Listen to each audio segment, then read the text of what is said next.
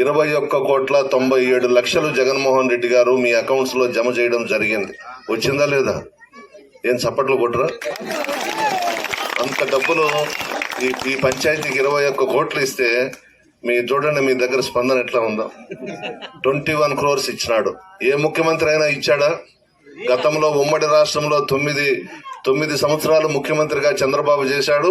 ఈ కొత్త రాష్ట్రంలో 5 సంవత్సరాలు ముఖ్యమంత్రిగా చేశాడు. ఉమ్మడి రాష్ట్రంలో చాలా మంది ముఖ్యమంత్రులు చేశారు.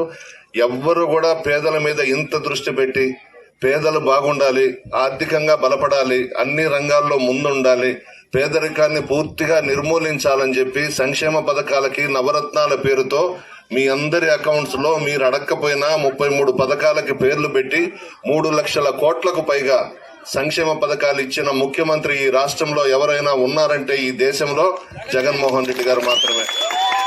చాలా మంది ముఖ్యమంత్రులను చూస్తున్నాం. భారతదేశంలో చాలా రాష్ట్రాల్లో ముఖ్యమంత్రులు ఉన్నారు.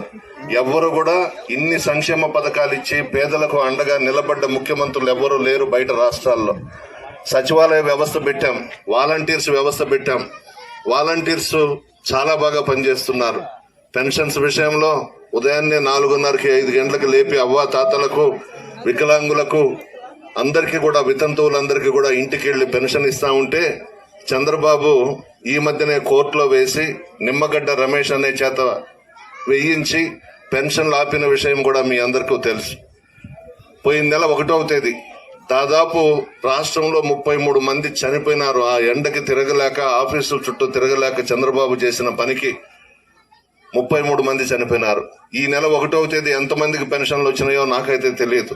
గ్రామాల్లో తిరుగుతుంటే అవ్వాతాతలు వచ్చి నా చెయ్యి పట్టుకొని కన్నీళ్లు పెట్టుకున్నారు. అయ్యా, మేము పెన్షన్ కోసము ఆఫీసుల చుట్టూ తిరగాల్సి వస్తా ఉంది, మాకు రావట్లేదు, చంద్రబాబు ఈ పని చేశాడంటానని కన్నీళ్లు పెట్టుకొని చెప్తున్నారు. అంత దుర్మార్గుడు చంద్రబాబు నాయుడు. 2014లో 600 వాగ్దానాలు చేశాడు. అవి కూడా మీకు గుర్తుండుంటుంది. రైతులందరికీ రుణాలు మాఫీ చేస్తానన్నాడు. బంగారంతా ఇంటికి పంపిస్తానన్నాడు. గుర్తుందమ్మా? డ్వాక్రా రుణాలు మాఫీ చేస్తానన్నాడు. ఆడపిల్ల పుడితే మహాలక్ష్మి పేరు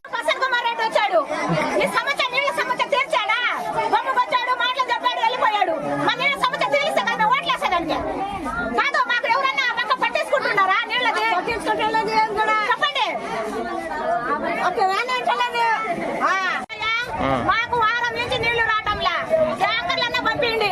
కరెంటు వైర్ల మీద కర్రల మీద నడుచుకుంటున్నాం, ఇంట్లో కరెంటు కాల్చుకుంటున్నాం మేము. ఆ పక్క జగన్ కాలనీలు ఇచ్చారు, జగన్ కాలనీ పక్క మా ఇల్లు, ఈ పక్క ఊరంతా చేసుకుంటున్నారు. సిమెంట్ రోడ్లని, మసీదు పనులని, గోరీలు మిట్టాలి అన్ని చేసుకుంటున్నారు. మా ఈదికి ఒక్క చేసిన వాడు లేడు. మేము వచ్చి ఓట్లు వేయాలంటారు, అన్ని ఓట్లు వేయండి అంటారు. మాకు లెక్క చేయరు. ఆ పక్క మా నీళ్లు కావాలా? మా పసి బిడ్డలు కాదా? ఎవరు చెప్ప? పసి బిడ్డలు కదా? కరెంట్ బిల్లులు 2,300 కరెంట్ బిల్లు వస్తుందా? కరెంట్ బిల్లు వచ్చింది సాధ్యంలా? మా ఓటర్లనా పెట్టుకుంటున్నాం. కరెంట్ బిల్లు కాల్చిన గవర్నమెంట్ కట్టాలా? కాదంటాం మేము.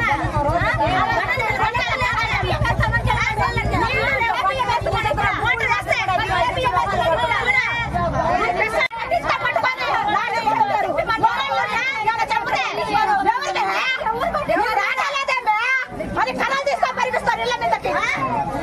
ఆడళ్ళు తీసుకొని నీళ్లు రాటాలా అంటారు. కాదు, నీళ్లు కావాలి మామ. మా మొగళ్ళు కొంత కష్టాలు పోతారు, ఆటలు పోతారు, చుట్టాలు నీళ్లు కావద్దు మామ. వచ్చి నీళ్ళలోనే సర్ది ఇవ్వమంటున్నాం. వచ్చి నీళ్ళలోనే సర్ది